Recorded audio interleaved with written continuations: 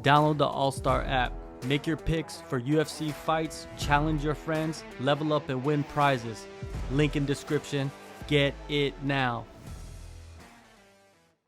All right, Terrance. Man, the first thing I want to ask you is like, where you from, man? I'm from Fairfield, California, born and raised, brother.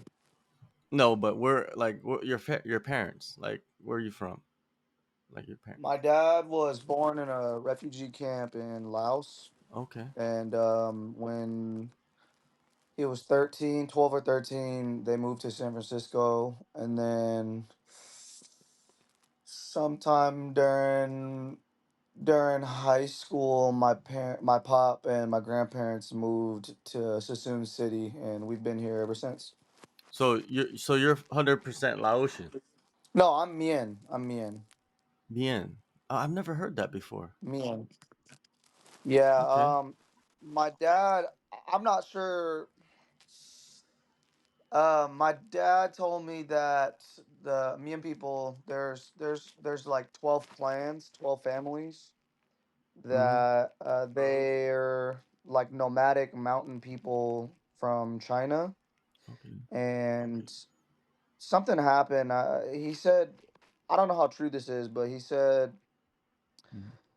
the king, the Mien king, was like good friends with like the Chinese king or something like that, and he did something to make the Chinese king upset, and the Chinese king ended up banishing the Mien people from China or something like that. Yeah, I'm not Mm-hmm. sure how true that is, but from what I remember my pop telling me, that's kind of how everybody started to migrate everywhere and all these things. Wow, man, your father, man, he went through some shit, right, to get over there. Then. Yeah, man. Yeah, Pop went through a really hard time. My grandparents, they went through a really hard time. They moved, my grandparents and everybody, all the families moved here. Not all the families, but a lot of the families moved here after the Vietnam War, and that's when they all moved to San Francisco, and then that's when my pop moved out there, and then a little bit after they moved out there, they came out to Sassoon City. Yeah, how does that impact you? In like your pursuit of this fight career, man? Because like, man, you could put like the Mien people on the map basically by entering the UFC, whatever Bellator, bigger promotions and growing your name. I think that it's really cool. There's not really any Mien MMA fighters, so and I don't really think about it too hard as far as that. I don't feel any pressure as far as like, oh, I'm the first Mien MMA fighter or anything. I'm literally just doing what I love to do, and I'm grateful. I'm grateful that I have the opportunity to do it. And like, growing up, like how was life growing up as you in California, in Fairfax and all that. Well, yeah, Fairfield. We never have been a super wealthy family. We've always been kind of broke, but we've always had everything that I've always had everything that I needed. I've always had a roof over my head. I always had clothes. There's always food. So, as far as being rich in life with a loving family, I feel like I grew up pretty rich as far as that goes. Not necessarily materialistically or money wise, but I always had a really loving family. Um, my pops always supported me with everything that I decided to do, as long as it's been something good for me. Like, and as long as I'm not out gang banging and selling drugs or anything like that. He's always Yeah, been very for sure. supportive. I started wrestling when I was 9, and when I got to high school, he made it to pretty much every single wrestling match, and he's always been very very supportive.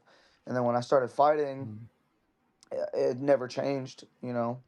So the whole fighting career basically starts with you wrestling and coming up in school with wrestling and stuff like that. How was that? Was that something that you really wanted to chase after, or were you playing other sports? Because you Asians usually are playing basketball or something else. You know what I mean? Nah, man, me personally, I sucked. I still suck at basketball. uh, my uncle, my dad's youngest brother, is the one that got me into wrestling. I remember one Mhm, summer he like taught me how to throw like a football. He taught me how to run some routes, and then we would always go to the park, and it was like our time to kind of bond with each other. And he kind of pitched the idea of like, hey, you should probably try wrestling. Like it. I feel like you'd be good at it. I feel like you'd like it. So I thought about it, and I said, yeah. And he took me to Armio, which is the high school I graduated from, and mhm, I would wrestle with some of the lightweights there. And literally right after like the first practice that I had, I thought it was super cool. I thought it was fun. And not too long after I had my first wrestling practice, I remember I watched my very first UFC fight with my uncle Johnny, and I thought it was so cool. And I always wanted to try it. I always wanted to do it when I was younger. And in 2018, I was kind of going through some stuff, some personal stuff, and I felt like I was kind of going crazy. And I felt like I was gonna do something crazy to get like myself in like a lot of trouble or just something not good, right? And I I told myself, man, if I'm not going to start now, if I'm not going to do it now, I'm never going to do it. And I didn't want to be like 40, 50, 60 years old talking to people like, oh, yeah, I could have done that. And, I didn't want to be one of these people that are still holding on to the memories from high school of their athletic career. And, yeah. and, I hate that. I don't really like it when people start telling me stuff like that. Like, oh, yeah, they're like 40, 50 years old. Like, oh, yeah, I wrestled in high school and this and that and blah, blah, blah, blah.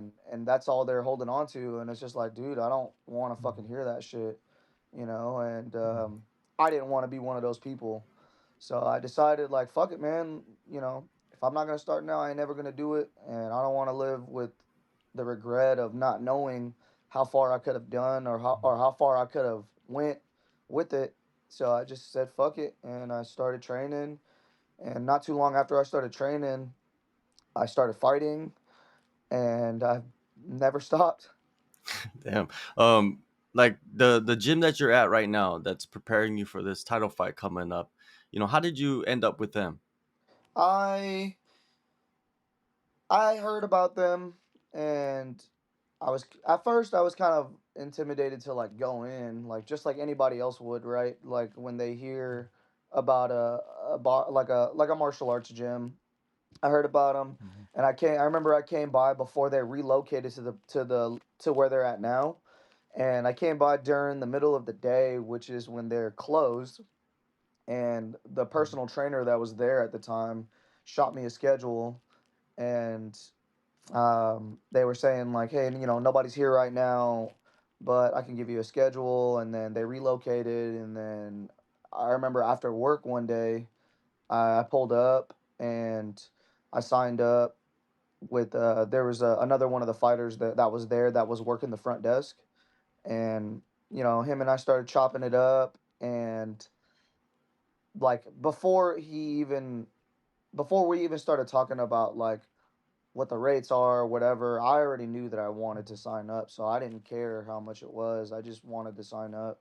So I signed up, and then I believe it was like April 1st of 2018 I started training. wow, man, it's been quite a time, man. Quite a long time. Yeah.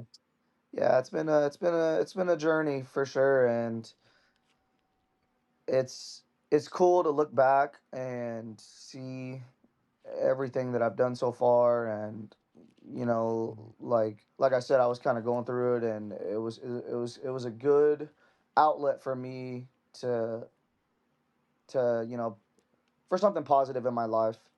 And Mhm.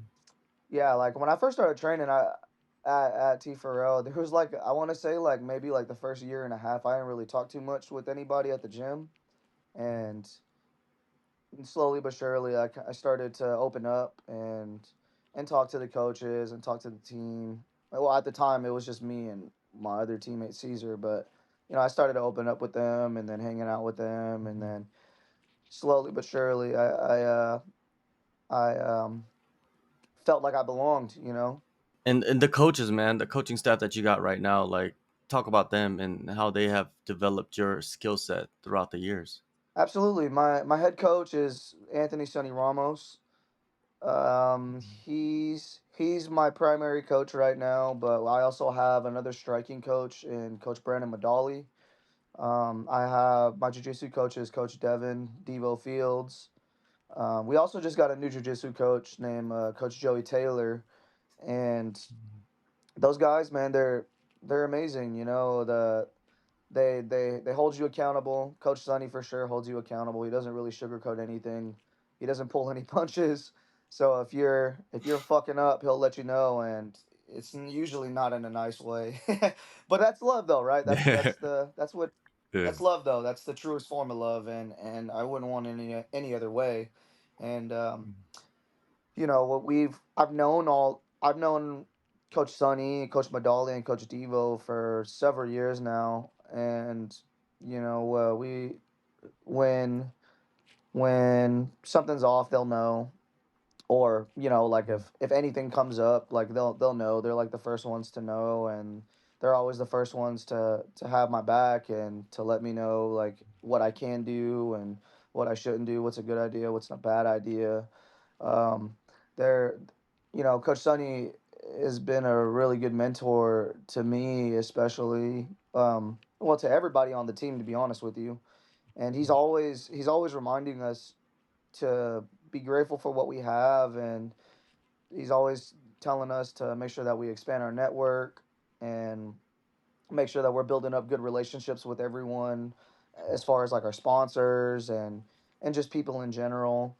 And he always reminds us how tough it was for him when he was fighting, because when he started fighting, or when he was fighting, he didn't have a solid coaching staff.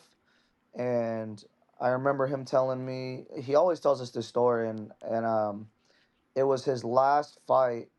It was a title fight, and he was in the back, just waiting, and he was by himself, and like his coaches at the time weren't even in the back with them, hanging out with them, or like just trying to be there with them. They were out walking around in the event and watching the fights, and literally like 15 minutes before he had to go walk out, they come into the back locker room. He was the main event, so he's like the last one in the locker room. And he said his coaches come in and they're like, "All right, Sonny, remember the game plan." And then he's like, "What fucking game plan, dude? Like there is no fucking game plan. We didn't even have an idea of what we were gonna do." And he told himself that he's never gonna he's never gonna let anybody go through what he had to go through then, and he's done a good job on not letting us feel that. And I'm grateful for it, man. And Coach Madali, like I said, is another one of our striking coaches. And him and Coach Sonny have known each other for forever. And him and Coach Sonny have like this yin and yang kind of sort of thing. Coach Sonny's kind of over the top, loud, loud. He cusses at everybody, and he'll let you know if you're fucking up.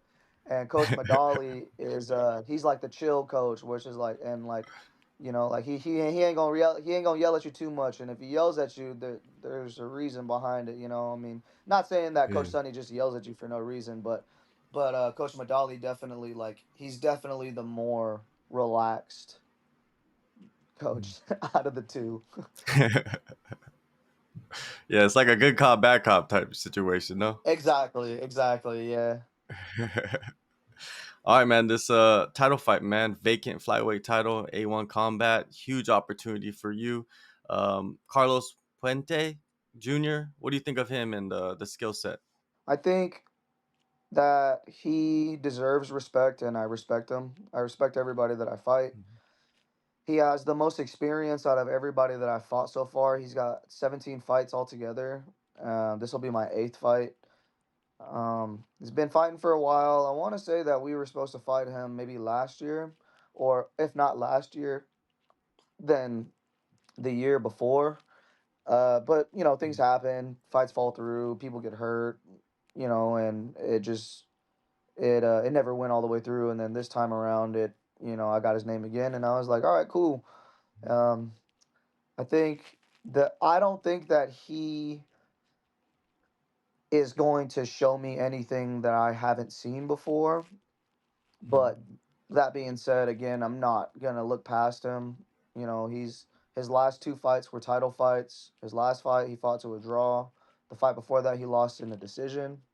Um, and then he's lost a little bit of every way that you can, right? He's been knocked out, he's been subbed, he's lost by a decision, but he's won but pretty much every way that you can. He's got some knockouts, he's got some subs, he's got some decisions. So he's a veteran. 17 fights. Nobody has 17 fights and is a bum, right? So I think that it's going to be a good fight. I'm excited to go out there and show everybody that I am the best, if not one of the best flyweights that are walking around that aren't signed to a big promotion. And I just can't wait to go out there and just put it on them. So basically, this is the test that you need at this point in your career. A guy like this, a guy that's experienced. I would say so, yes. What are you expecting out of yourself, man, in this fight coming up? I just expect for me to go out there and do my best and to have fun doing it. And usually when I go out there and I do my best and I have fun, that's all people really need to see. I personally don't think that I've been in a single boring fight, and I just think that that's just me. Like it's just me out there being me and expressing myself the way that it rolls off the tongue for me. And fortunately for me, people love it. You know. Definitely, man. Definitely. September 6th, A1 Combat 24, main event, title fight. Terrance, thank you so much, man, for the time and all the best in this fight coming up. You've built your career up really well, and this is the biggest opportunity. So all you got to do is go out there and show out. And I feel like you will, man. Good luck. Absolutely. Thank you, sir.